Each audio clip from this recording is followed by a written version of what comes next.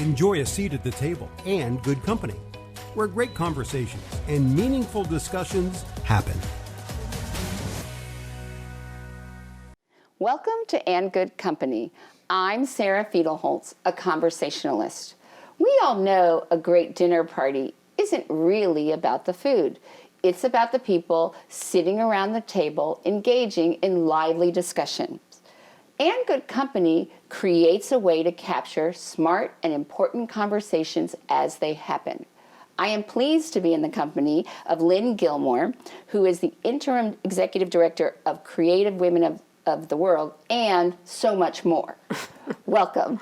Thanks, it's great to be here. So I sort of, I do my little research and think about it. And what I really noticed about you is, one, the breadth of your involvement in the community. But I think of you as a doer. Like, you see a need and then you work to meet it. And you also you've created tremendous legacies. And so I want to go back a little bit to in 2001, when you had nearly a fatal heart attack. And, most people, obviously, because with women, they don't necessarily know they're having a heart attack, and nor do the medical profession, because that's a whole nother issue of women's healthcare. But you sort of took it and made something out of it. So tell me what happened out of the outcome of you having this horrendous medical situation.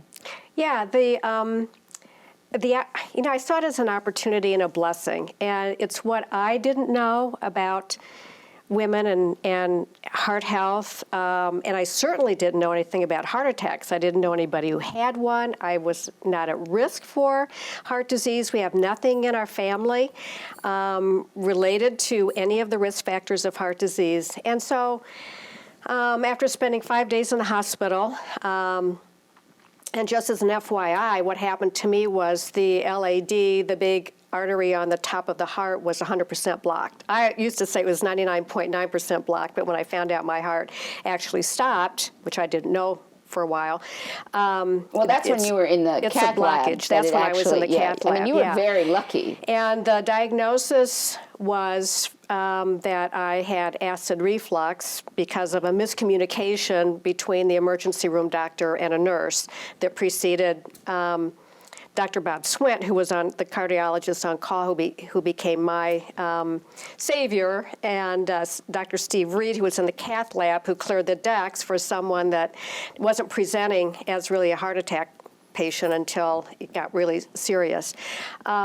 So after being in the hospital for 5 days, which now has been shortened to 2.5 days because of advancements, I was told I would be at home, not working, for at least 4 to 6 weeks, which was, to me, almost incredible. Right, because you're a doer. To think about, yeah. Right. How do you stay at home? Because I felt fine.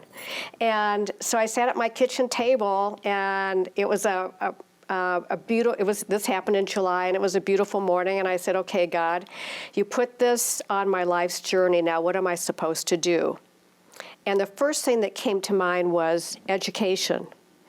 I could not have saved my own life, which was the most terrifying thought I had during that whole time period, because had I not been at work, I would have probably turned around and gone home, laid down thinking I had the flu, and died. Right. So this is my second life.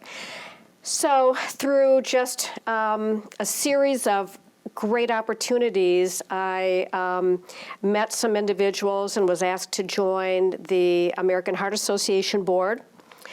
And as a result of that, was starting to see and read things and noticed that in Indianapolis, they had Go Red for Women. Right. Which is the month of February. Yeah, and I saw that, and I'm looking at everybody on the American Heart Association board locally and said, does anybody know about this Go Red for Women event? And nobody had thought about it. So I said, I think we need to look at it. So I went down to Indianapolis to their event, and the following year, we had a Go Red for Women event, and it was so exciting, and we had several hundred women attend, and so that began that whole event. And that's like I mean, granted, almost everything 18 changed, years. but yeah. Yeah.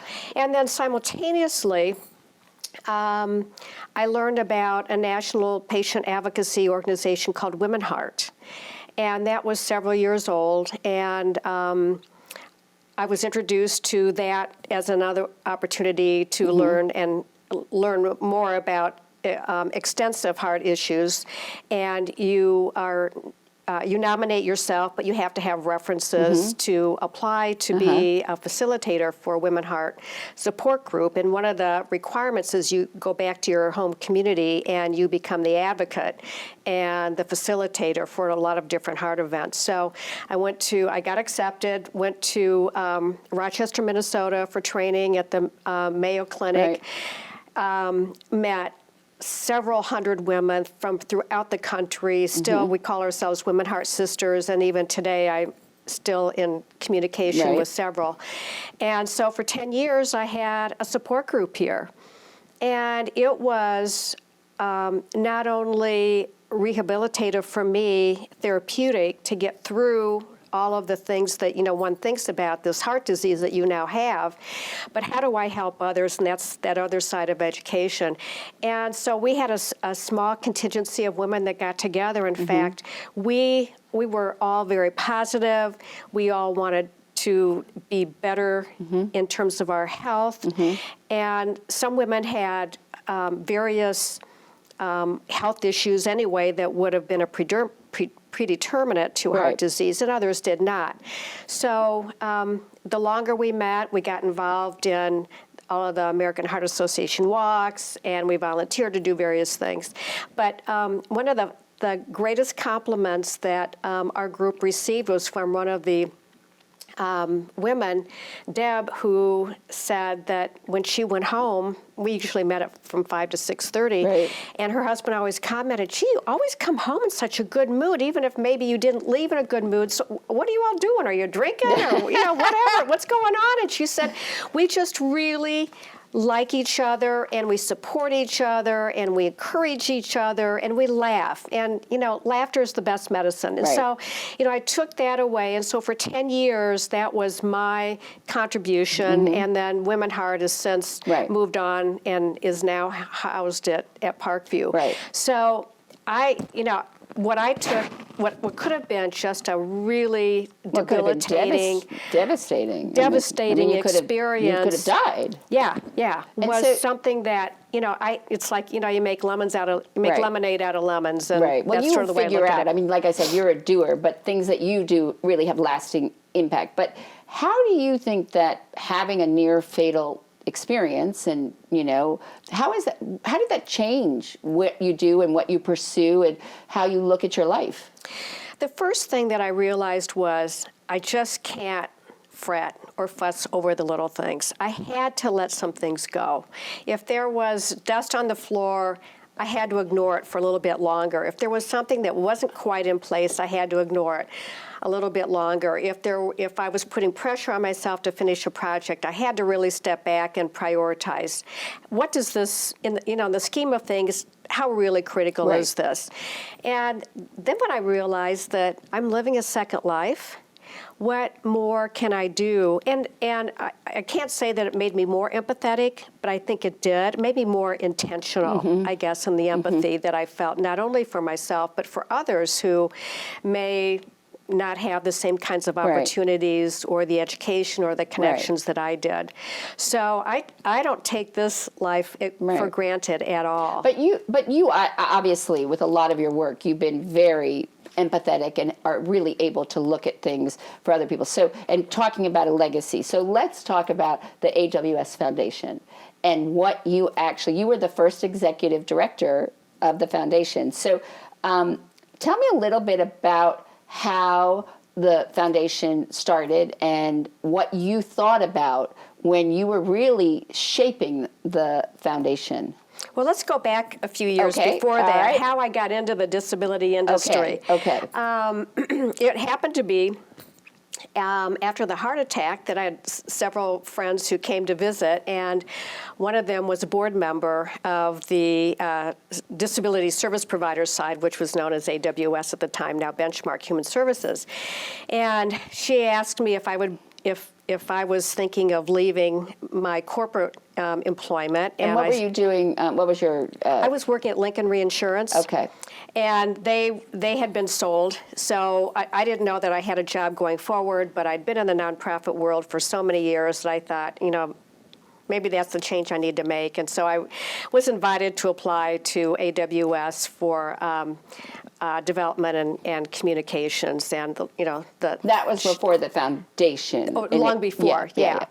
So it was like 2002. Okay.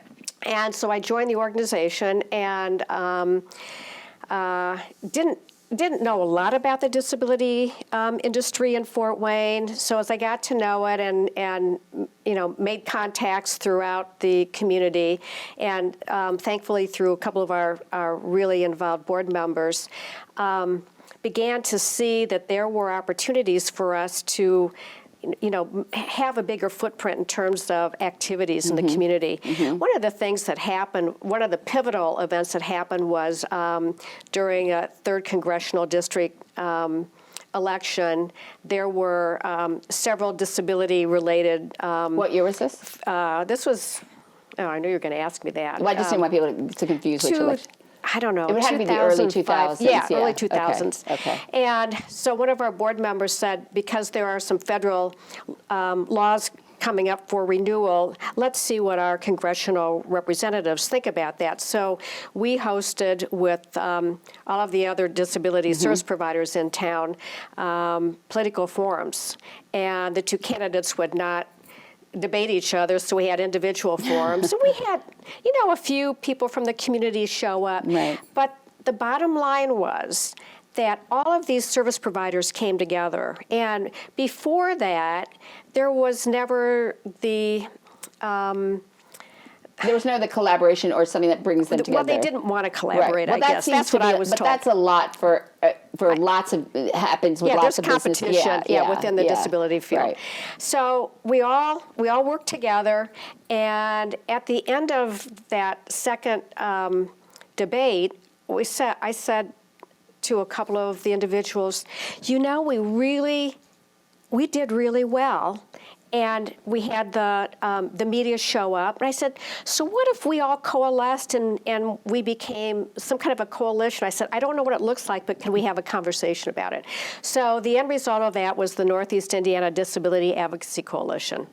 And it's still going on today, doing great things. Another legacy. And then we also, because I also saw that other communities were hosting community-wide events to, again, get the word out about disability. I said, what if we did a community-wide event? So we began doing that. And so as that continued on, and I kept reading things throughout, what's going on in the state and other parts of the country, and I discovered that Indianapolis, one city in particular, had a Mayor's Advisory Disability Council. And I thought, well, we're the second largest city in the state. We should have that. So went to the Disability Advocacy Coalition, and I said, hey, what about another way to springboard disability and access in our community? We talked to the mayor about forming an advisory council because they had other advisory councils, but not one on disability. So we began that conversation. I did all the groundwork. We talked to not only the city, but also the county and a few other folks. And we put a white paper together, talked about what would this look like, and then it got launched as a city-county disability I think advocacy. people don't realize that in Allen County, we have over 45,000 residents who have that live with intellectual, developmental, or physical challenges.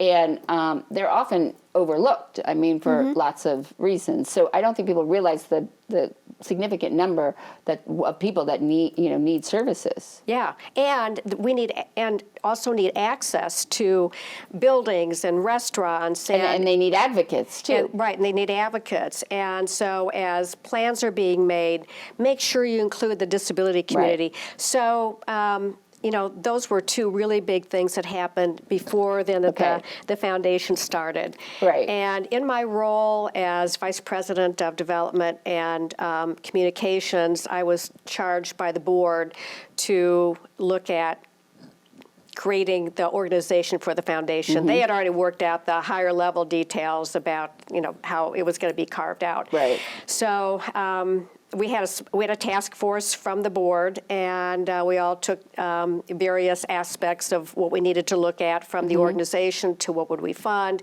to what would the process look like. And so, we got it all done. And then I was still doing my day job at the time and trying to put this other organization together. And finally I said, you need to hire somebody. I can't do both things. Right. And then I decided, you know what? This was so much fun. I would love to throw my hat into the ring. And so I did, and then I was hired. And I think, the bottom line for that was I already knew the disability community. I already knew what some of the challenges were, and had cast the vision for what we would be funding. Right, and that was the idea that you are a grant-making entity that supports the initiatives. So, but when you were thinking about that, did you think about, because it started in 2010 was when we officially. Okay. So so it's 10 years. So but 10 years ago, did you think about how to build something that could, go on in perpetuity, or was that not? Did you not really have that foresight? Because a lot of nonprofits, they do have a strategic vision or plan.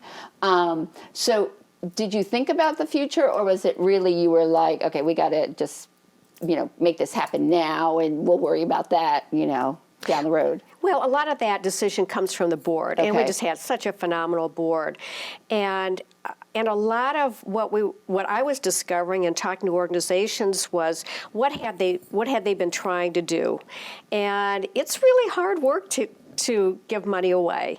A lot of people think, boy, that's the best job in the world, and it is, but I wasn't the only decision maker. I wasn't really the decision maker, but the board was. So if you talk about fundraising, raising the dollars, you usually have just one or two decision makers on that gift. But when you have a foundation, you have multiple decision makers, and everybody comes to the table with different values related to funding.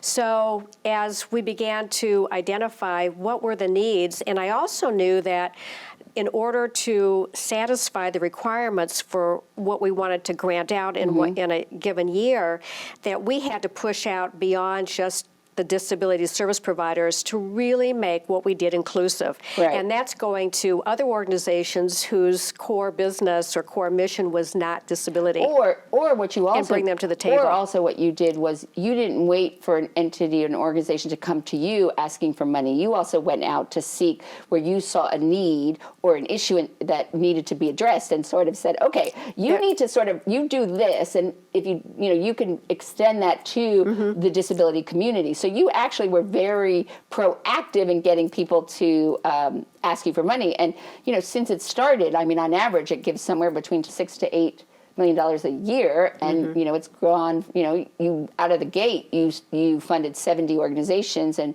in 2018-19, they provided 97 grants. So, but you made an interesting point, and I wanted to back up as you talked about the importance of the board. So I want to talk a little bit about what is the role of a board for a nonprofit, and what do you see makes a good board, and where do you think that we have some problems here, because we don't have a lot of young people, and I've talked to Cheryl Taylor about this, and some of the Avow women about joining boards, and I've been very hesitant for several, but one is because I don't have that kind of money to give a significant donation, and I don't necessarily have friends who I know that I could tap to give that. So, but it's been interesting to learn that there are different purposes of people on the board, and so. But talk to me about that, because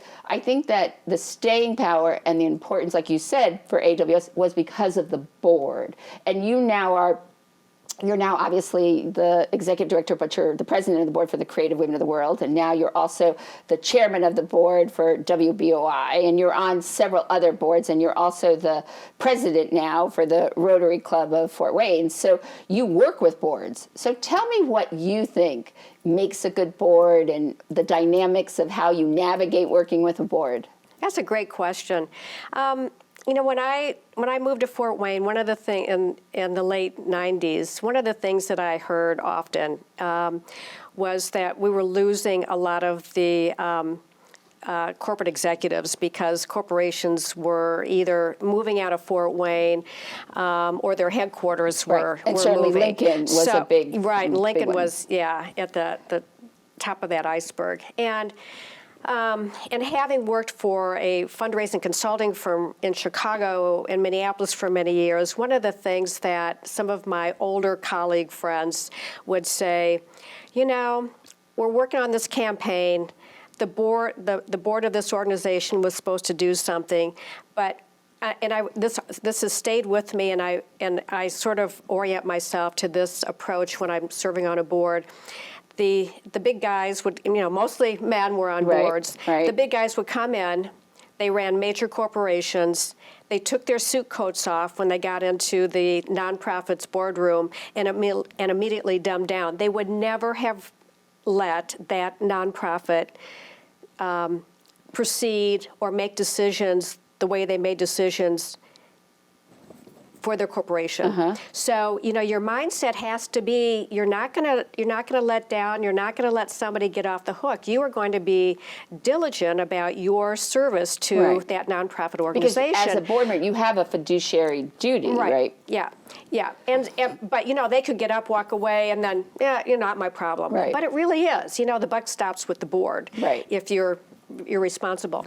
So, when I look at a board, there are, and my service as a board, certainly you should come with your financial assets, but you also have the knowledge and the skill assets. And anytime someone is on a board and then leaves the board, what are you leaving behind? What do you bring that constitutes a better board? Is it another board member? Is it creating a committee? Because we all don't have the same kind of skills assets. I'm not a legal eagle, but I certainly will, tip my hat off to what do the lawyers in the room say, or I'm not the financial prowess. So what does the treasurer say? One of your skills is that you're a very good listener, and you sort of take it all in. You know? So you look around and you listen, and then the fun that I'm having on the boards on which I serve. This, Sarah.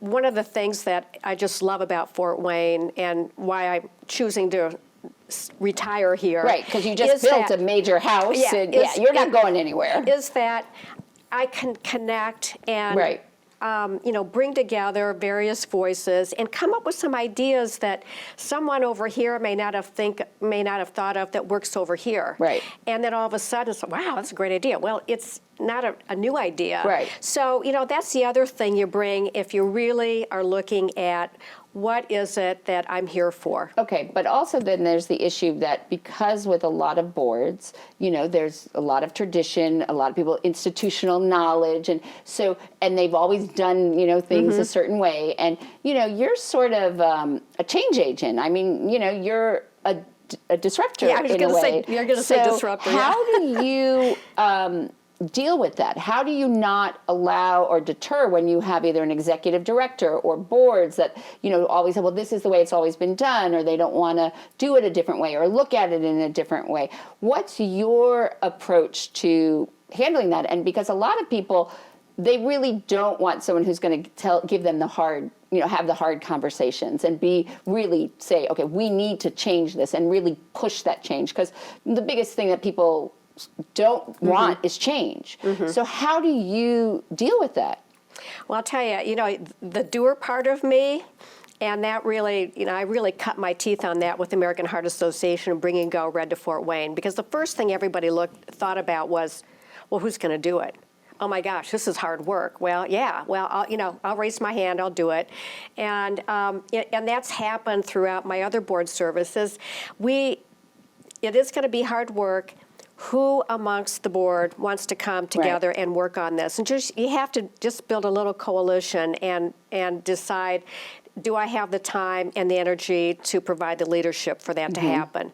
And sometimes, it takes a couple of years for change to occur, and then if change doesn't happen, and it's really for the good of the organization, it has nothing to do with me or the board, but what's the sustainability? How are we going to make it through the next 5, 10, 15 years? And now with today's pandemic, everybody's looking at how we're going to get through because the that's next a big year. issue for nonprofits because the funds aren't there, people can't give as much, and Yeah, and just to use Creative Women of the World as an example, when we were looking at the fact that everybody's travel wings are clipped, we can't continue our mission by training internationally. So I said to the board, let's look at our own backyard.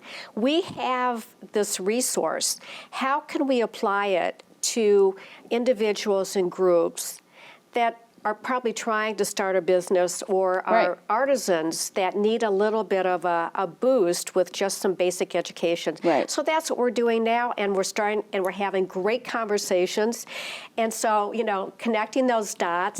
And because people don't really stop and think about what is it that Creative Women of the World does, or not everybody's been to the store, the retail store, but now I'm starting to see some coalescence. Well, I think also people don't, it's very hard for them to really, even on your resume, it's what you actually do as opposed to a description of a job. And so it's very hard for people when they have an entity or an organization, they think like Creative Women of the World, so it's a retail store, and you get, you're helping women from around the world that, in impoverished countries to have businesses, and you buy fair trade goods, but that whole sense of what do you really do? You're really helping to build up women. You're helping them to teach with business, and you have a curriculum that you do like in Haiti and other programs. So yes, it applies to here in a lot of ways, and the fact that you did do some of your artisans and you did do some special programming with local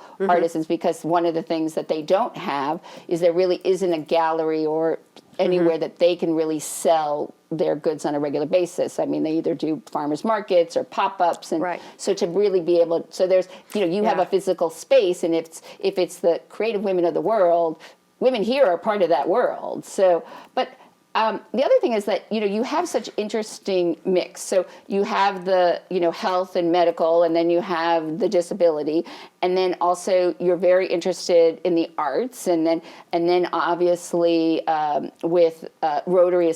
How do you decide, or what organizations or boards or you're going to, be a part of? And I would think that saying no is just as important as saying yes in your case.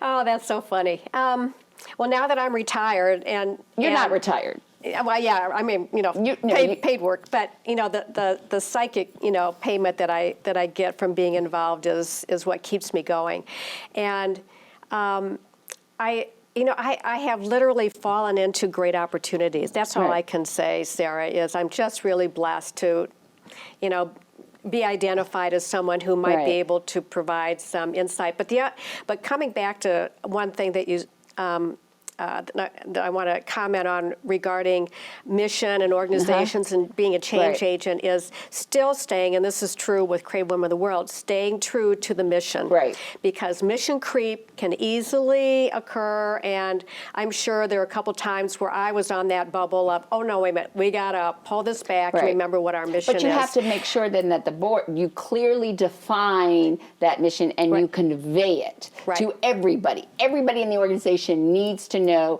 what that mission is, so that it's just like a magazine. When I create a magazine, there's a mission statement, and then everything we do. So if somebody pitches an idea, I will ask the question, how does that idea fulfill our mission? So it gives you that immediate check. And if you can't explain to me how, then we don't do it. Right. So it's the same, but you have to have someone who's visionary and the ability to create that mission, and then also figure out, is it a mission that you are able to fulfill?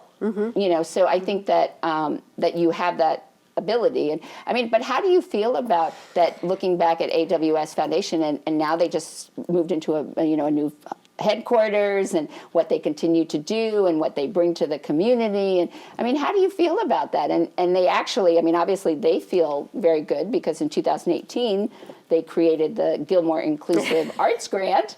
But how do you, I mean, you know, what does that make you feel about? You know, that was so much fun, and it's very rare that you get to start a foundation. I mean, you know, all the foundations in the community are a lot older than we were. Or they're regionals of a very large, right. And so, you know, that was really pretty cool, and I learned a lot about myself. I learned a lot about the community, and just learned about the importance of developing processes. And sometimes I felt like I was flying the plane and still building it. I mean, we all were because it was all so new, but it was great. And then when I retired, the announcement of the Gilmore Grant for the Arts was just, you know, a feather in the cap that I was so tickled by that. And you know, now that I look back at that and where I'm going, the passions that seem to come before me are, you know, what keep me going. When I was living and working in Chicago, I got involved in a women's homeless shelter that was just starting, and this was back in the 80s, and that was at the time that mental institutions were deinstitutionalization, and they releasing everybody because there was no funding. Resources, and so there were a lot of women on the streets, and several churches came together to form Deborah's Place. So I got involved with that. So you know, jump forward another 40 years, and I'm now working through Rotary on the Peace Committee, and I'll become president in July 1st of next year, and I already know, you know, what my vision is for my presidency, and what is that? Well, and I recently was asked to join the board of a Life Community Outreach, and a Life Community Outreach was formed a couple of years ago by Angelo Monte, who happens to be an ordained Methodist minister, which is my affiliation, and his cousin was murdered in 2016, and he and his family were, Angelo and his family were living in Atlanta. He decided to come back to Fort Wayne because he saw the trauma that his own family experienced and he himself experienced, and thought there's something that I think I can bring to Fort Wayne, which includes the whole concept of nonviolence. And he is trained in the Kingian philosophy of nonviolence. Well, I was asked to join the board because I'd heard about Angelo through the Methodist Conference, and so when he approached me, I said, I can do this. And then I realized that when I was in Chicago working for, consulting with a small nonprofit that worked with young boys whose parents were incarcerated and they became wards of the state, I went into the projects. I worked with them and their grandparents, who were primarily raising them, but I was also fundraising. So I went into the projects of Chicago, which really don't exist anymore. Well, some do, but you probably were in Cabrini Green, which, you know. And then I went out, beyond that, South Chicago. Unfortunately, Altgeld still exists. And, you know, undaunted, unfazed. And then I realized, I think there's some things that I can do. And so I'm talking to Angelo, and I said, you know what? I worked in some of these areas, not as a social service person, but as a professional, and I think, you know, there's some things that I think we can do, you know, that I can help you do. So that's where my next vision lies. And ironically, our Rotary Club of Fort Wayne began programming January of this year to focus on the south side of Fort Wayne, which is what the mayor was talking about during his reelection. So we already had teed some things up, and now here I am on the board of a Live Community Outreach, and I'm realizing this is where I want to go. And then the club reconstituted the Peace Committee, and that happened simultaneously with the murder of George Floyd, the demonstrations.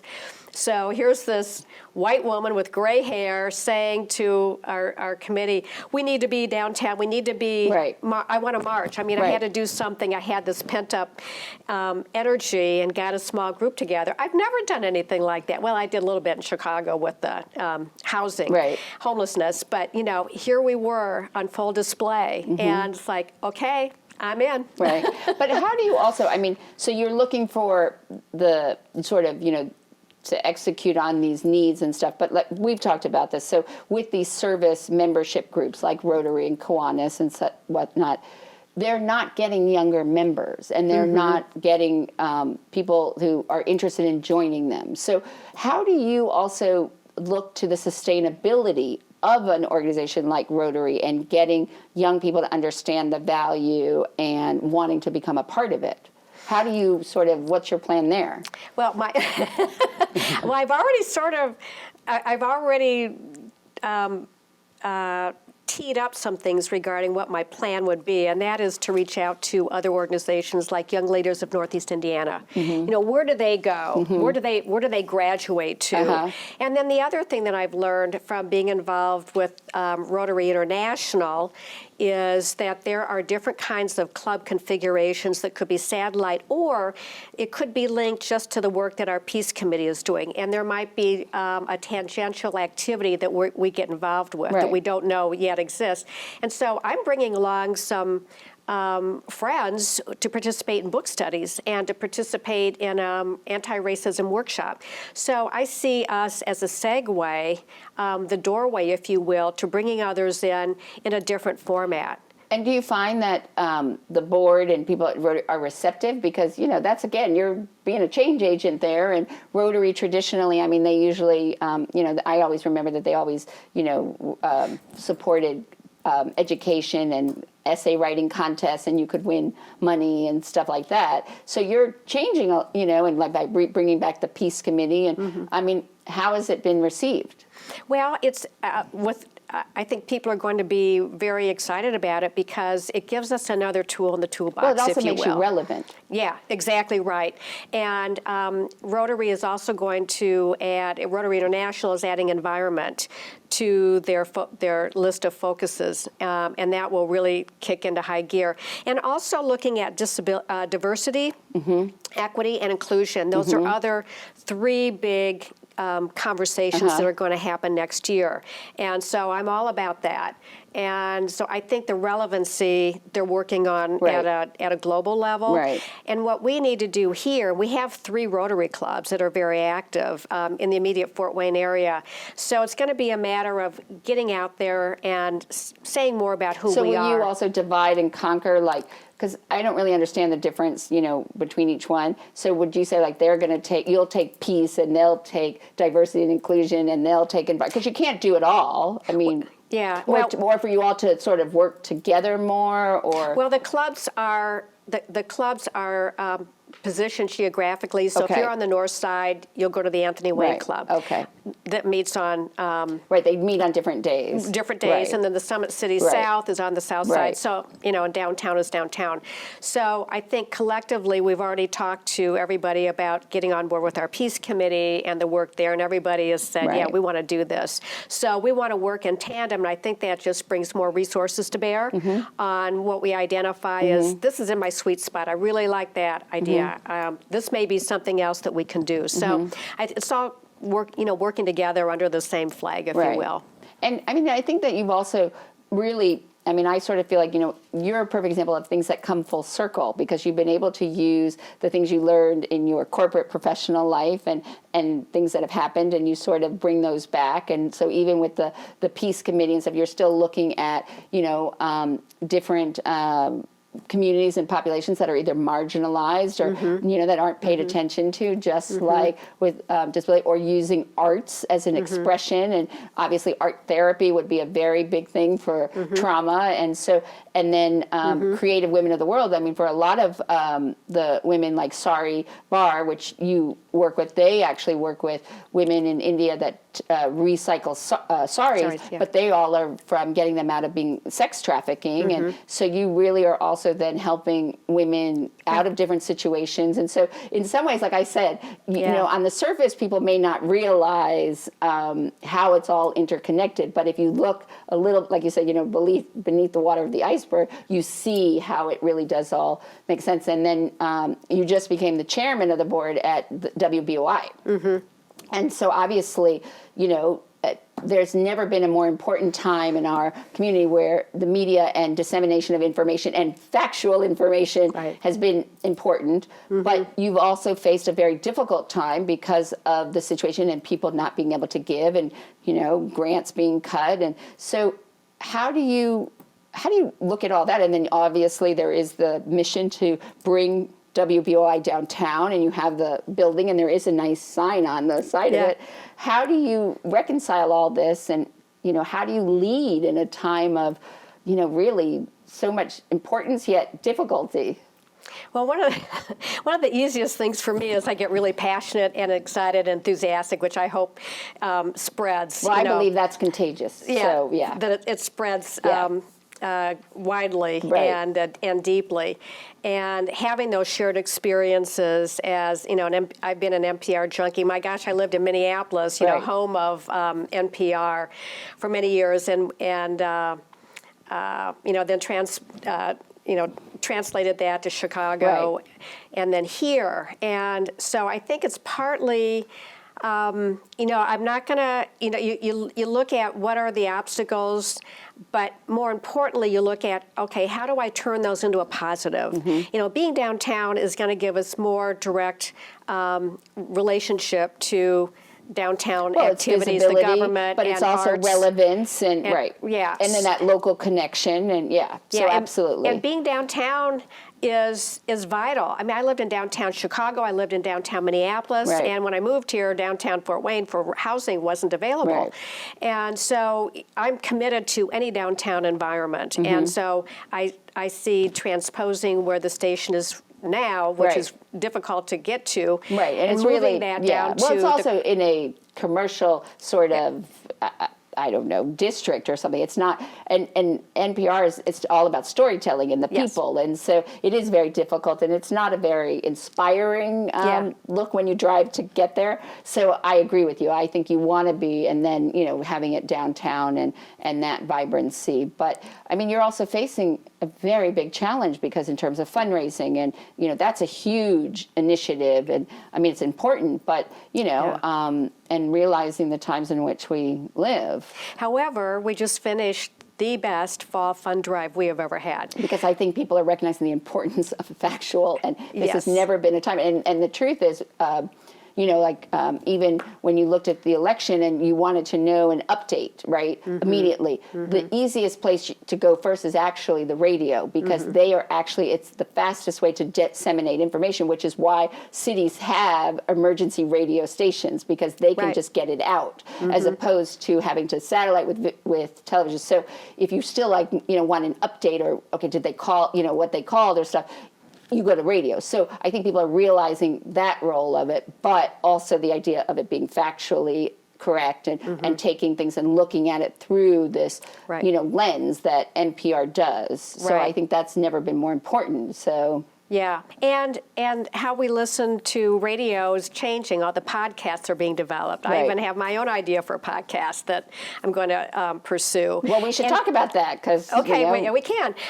So it's as you said, Sarah. It's how do you stay relevant, and how do you stay ahead of the curve? We've got the NPR corporate organization to help guide and lead us into that. But then how do we make it our own and true to our local community? And so I see that, that's the opportunity before us. Which and we've I'm really had several, about. I mean, we've had Ben Clemmer, I've talked to Julia Meek, and also what people don't realize is that a lot of the people who work at the station are actually volunteers. I mean, it's a very driven, but I think also, again, going full circle, if you think about your work with those in the disability community and their needs, and your importance of downtown, look what was created in Promenade Park. And how really thinking about, and they worked with AWS in terms of how to create truly a welcoming environment, and to think about those needs. And most people you wouldn't notice it, but some of the ways that they did the different textures and how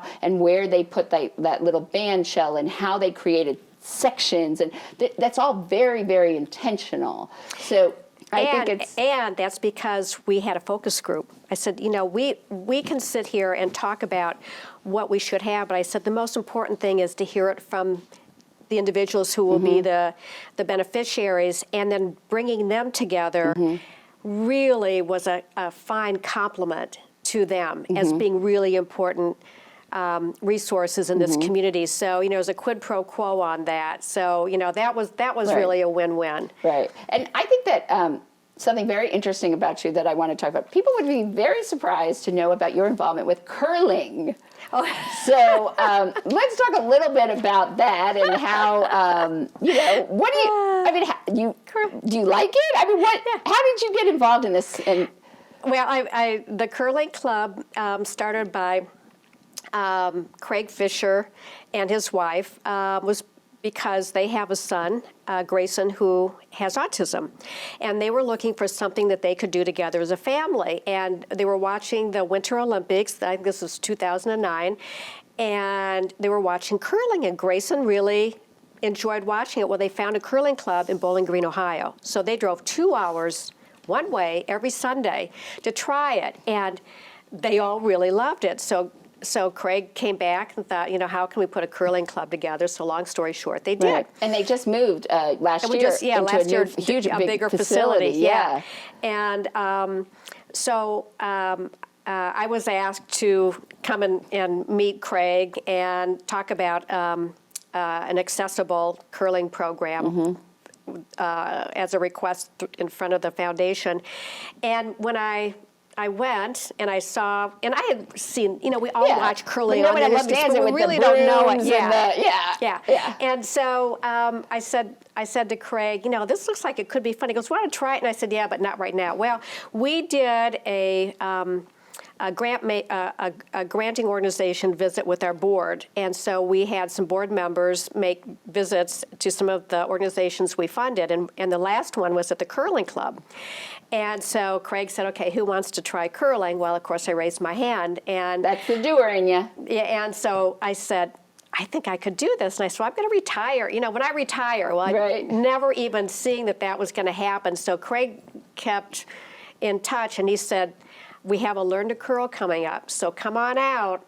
So I did. I went out, I learned to curl, and I thought, I can do this. And I was doing yoga, so my balance was pretty good, because balance is really key. And so I went out and I joined the Rookie League and played with some very experienced players and learned all about, the rules and the socialization. And the physics of the and the sweeping and, what you do. And so, I said, well, this is great. So I did the Rookie League, and then the next session in the winter, I was put on like a regular women's league, which scared the bejeebies out of me, because these are women who. But I had some great mentors. And how long have you been doing it? So that was a year. Now I took this fall off because I'm too busy, but I'll hopefully go back again. But in the meantime, we did. Craig and the board did find the other facility, which was the old Restore store, and so we added another sheet of ice, a bigger warming room, and things were just going great guns. And that just also shows people that they would be very surprised that there is a curling club in Fort Wayne. So either you can seek out things that you want to do, or if it doesn't exist, you can create it. And and I think you're a testament to being a doer. Well, and it's also I'm willing to explore and experience new things. I don't have, I don't have a direct path to something. It's like, well, that sounds really interesting. I'll see how that works. And then, it's like knitting. Because of the heart attack and I had to stay home, I became an avid knitter as a result of that, and it's still continuing today. So, you have those little things in your life that really make life more enjoyable and bring out the best in yourself. But I also think you have a curiosity that is, and that just inspires and energizes you. So, So I think you're a very unique combination of, when you put all yourself together. And I think the legacies that you've created are really a testament to your talents and abilities. Well, thank you. That's so lovely. Thank you. But at the end of each And Good Company program, I ask guests the same 12 questions that French novelist Marcel Proust popularized from a Victorian parlor game. What is your favorite word? My favorite word? Hope. What is your least favorite word? Negative. Or no, right? Or no, yeah. What turns you on creatively, spiritually, or emotionally? Nature, What turns you off creatively, spiritually, or emotionally? negative people. What sound or noise do you love? Oh my, there's so many. Lately, it would be classical music. What sound or noise do you hate? Oh, fingers on a chalkboard.